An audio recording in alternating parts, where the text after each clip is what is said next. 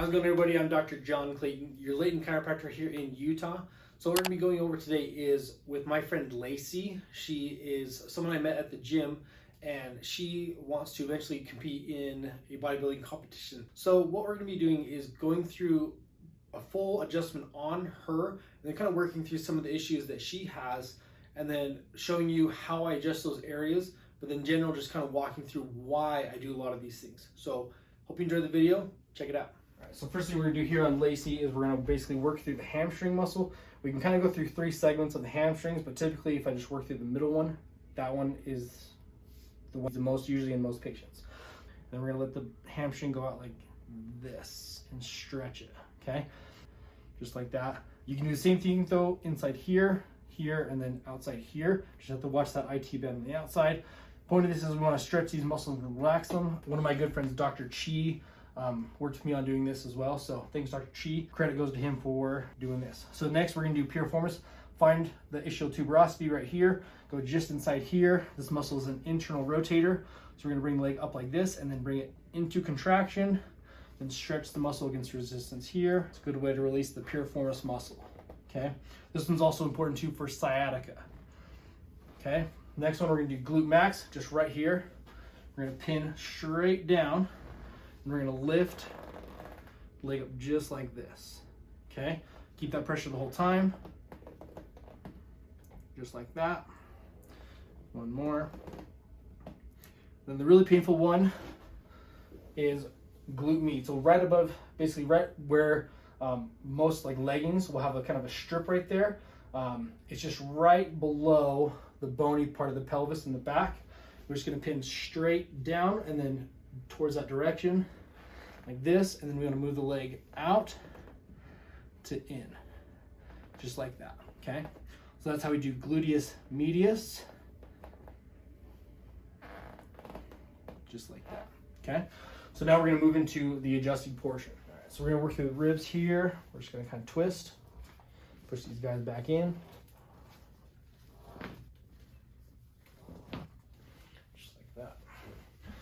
Obviously, you can tell that Lacie here lifts pretty heavy weights. That's why she's popping pretty dang good. Got some good muscular development as well.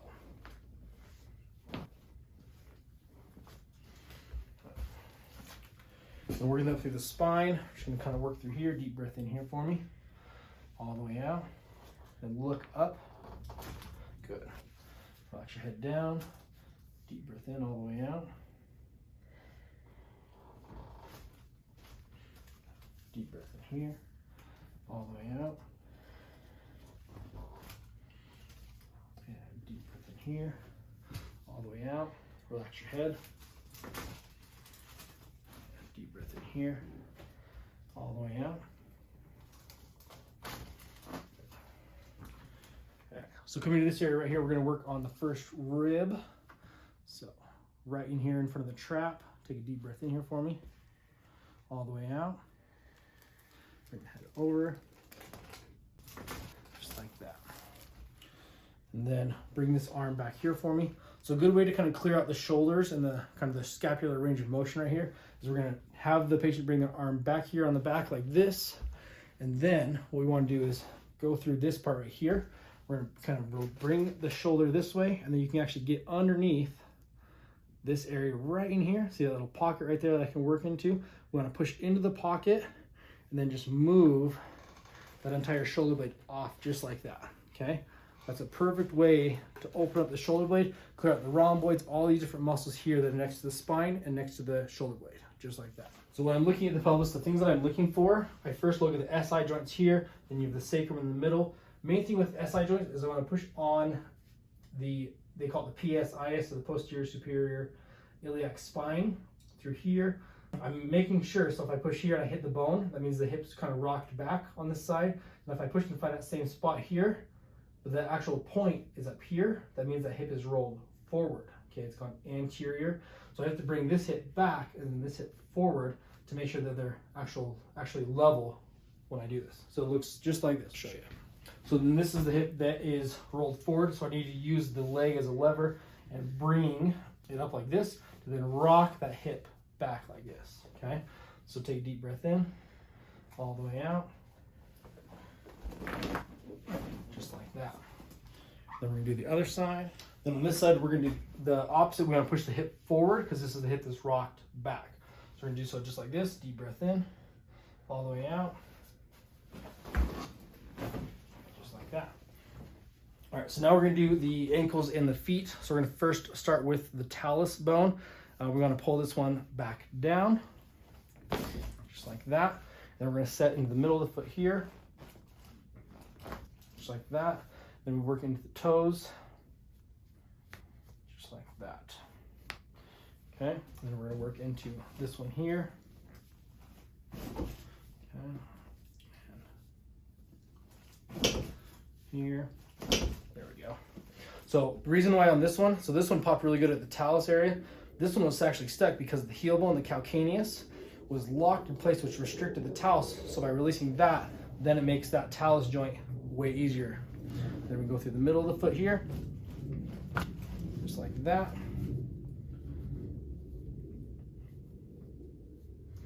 Just like that. If you hear anything in the background, it's the jets that are flying over Hill Air Force Base in Utah.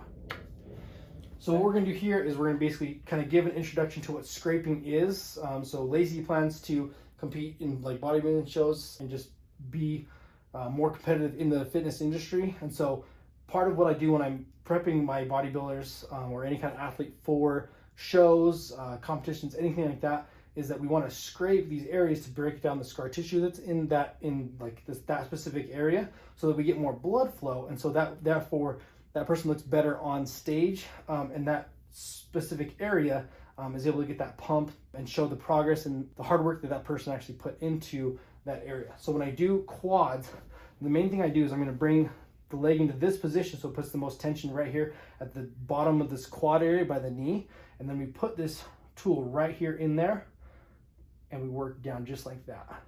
Okay, and so we want to put a good amount of pressure but not too much, especially because we don't have any lotion or anything on the area at the moment. And I basically just go until the patient's done or tells me to stop, just like that. Okay, so and then you can kind of see already there's some redness on the skin. So a lot of times, the quicker it gets red, that area, it tells me that there's more scar tissue there or more damage that we got to break down over time. That gives me that idea of how often I should see the patient for this, or the timing of doing this when preparing for the show, of how many weeks they are out, and then leading towards that show from there. Okay, so sometimes too, with just even that much can leave a slight bruise as well. So you just kind of have to watch that. But what the patient's experiencing probably is some heat in that area because they're getting more blood flow now to that part of that quad muscle. Okay, the cool thing with this too is any kind of knee issue that has a lot of tightness above the kneecap is actually from the quad. So scraping also helps relieve a lot of the pressure from the knee itself.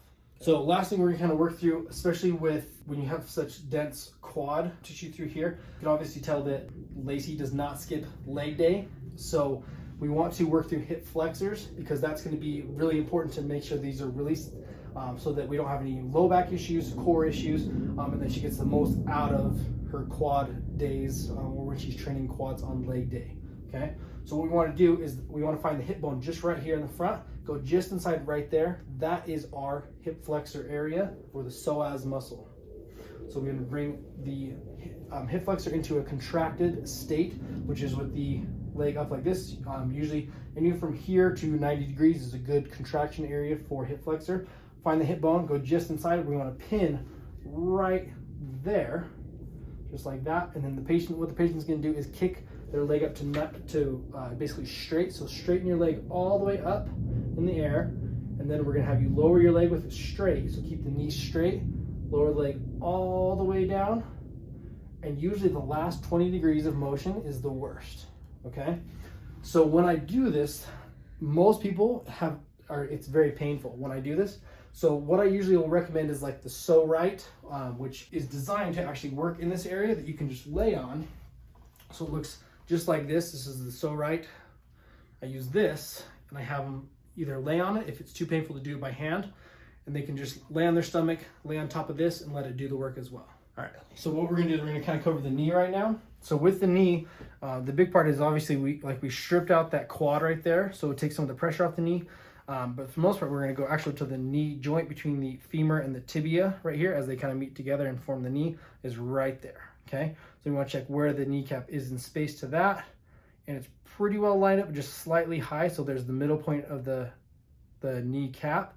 This needs to be in line with my fingers. So what we want to do is actually kind of clear out the kneecap, so it kind of brings it down, so it's in line with the actual knee joint. And then we have some patellar tracking issues, and so with the patella, what we want to do is make sure that it comes a little bit more in this way, because the kneecap, when it dislocates, it typically will go outside or lateral when it dislocates. So a good way to first kind of get the patella to see if it's able to be adjusted is we want to push straight down on it. Is that painful? Okay. We want to make sure we rule that out, because if that's painful when I push straight down on the kneecap like that, that means that a lot of the cartilage is gone from beneath the kneecap, which would make any of these adjustments very painful on the patient. Okay. What we want to do then is just kind of grab underneath the kneecap and lift it up, and then we want to slide down like that. Good thing that helps too is I use this little mini drop table, which I can just put pressure here, and then you're going to hear a pop from the table, not her knee. Just like that. That's the little drop table adjusting, not her kneecap. The kneecap, you won't hear anything usually. Okay. Just like that. Okay. And then what you want to check for is typically when the quad is overdeveloped or tight compared to the hamstring, it'll actually going to pull, it's going to shear this tibia bone forward. And so that's what makes the knee hurt as well, is that the femur is actually sitting behind the tibia. And so what we want to do is prop up the femur so that we're bringing it this way, and then we actually want to shear the tibia down like this. You're gonna hear the pop from the table again. Then what we can also do here is if the knee is rolling out like this, we need to rotate the tibia also in like this as we're shearing it forward. So we're gonna roll in and set it down like that. This pillow is gonna prop the femur up so that it basically shears the other direction and relocates the knee joint to where it should be. Okay, and then we just want to rule out where the meniscus line is right there in the joint. And then if the knee is also really sensitive here, it's going to be mostly an adductor issue as well. So we'll have to adjust that a little bit different.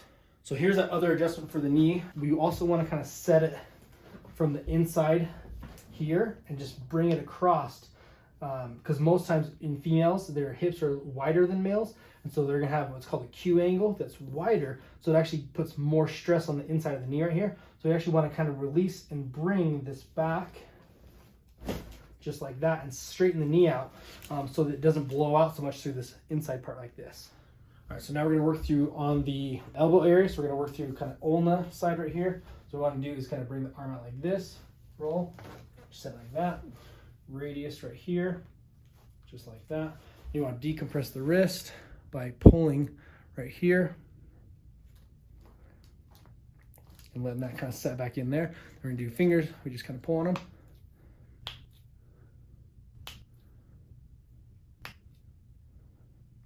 Perfect. Then we just repeat that same process on the other side. So we've kind of worked on everything up to this point. We're going to now do the neck area. So just kind of feel it side to side. Okay.